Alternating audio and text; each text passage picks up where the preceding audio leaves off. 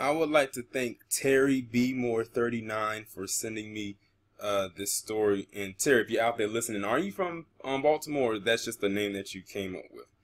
The reason why I asked is because this story is coming out of Baltimore, so I just wanted to know.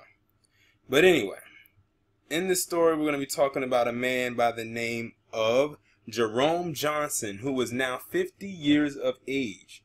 30 years ago, he was sentenced to prison, pretty much a life conviction behind bars for a crime he did not commit.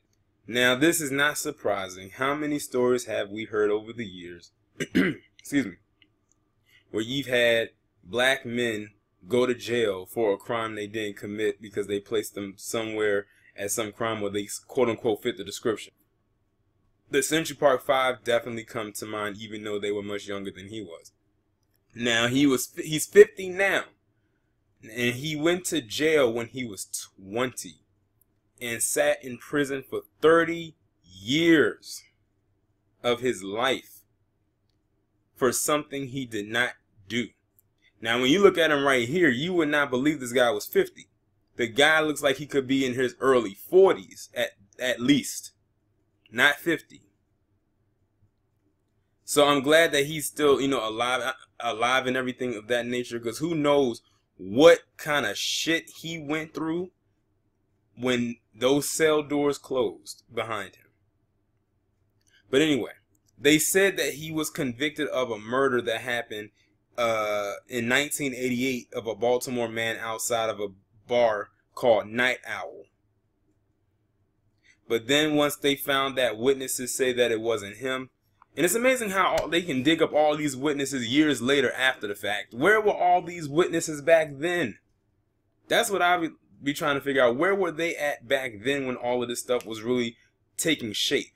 And all of a sudden, we got this new evidence. See, the thing is, they need them behind bars for a certain period of time because those prisons need to be filled. So it's almost like a temporary stay, even though it's a very long one. It was like, just stay here for a little bit. Hopefully you don't die and everything like that, because you're no benefit to us dead. So we're going to try to do our best to keep you alive. We can't control what's going to happen to you in there. But as long as you're still breathing and bringing us money, you'll be good. That's basically in a nutshell what they're saying.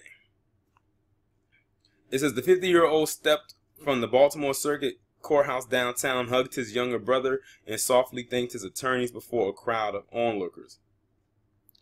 He was asked, any ill feelings? He said no. Then he was asked, what's the first thing you're going to do? And he says, get me a home-cooked meal. Because I can only imagine what that prison food tastes like, and to be honest, I wouldn't want to look at it. Like, I've seen images of what prison food looks like, and it's nothing to write home about. It says 4 men were charged with murder: Johnson, Reginald Dorsey, Alvin Hill, and Thomas Carroll. Says the jurors acquitted Carroll and they convicted Dorsey, Hill, and Johnson. There's several witnesses placed Dorsey and Hill at the killing. Only one implicated Johnson, the lead witness, a 15-year-old girl. Let me see if there's anything else in here. This prosecutors say a witness in 1997 placed Johnson some distance from the scene of the killing. The shooter admitted to the crime in 2000, prosecutors say, and said Johnson wasn't there.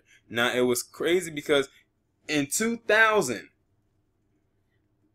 which is 12 years after it happened, the person came forward and admitted that it wasn't him, that it was him at the crime and not Johnson. So you would think that he would get out of jail right then and there.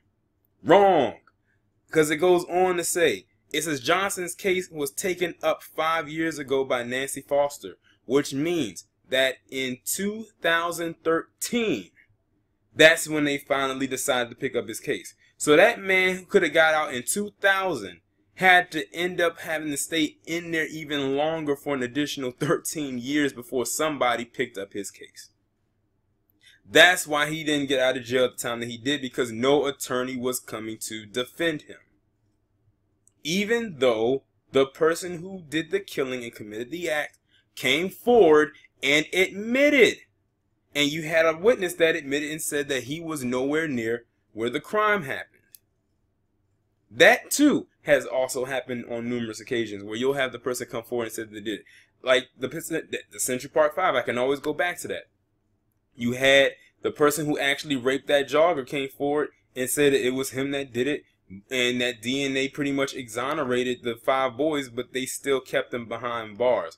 Just like when, with our 45 talking about, oh, he's placing those ads in the paper talking about, oh, well, I'm gonna send for their death and have them, death penalty and everything like that. And quiet as it's kept, this, in cases like this, is exactly why the death penalty is not exactly needed in so many cases, because this man could have been dead somewhere, and the thing is, they probably would have exonerated him, but he would have been gone.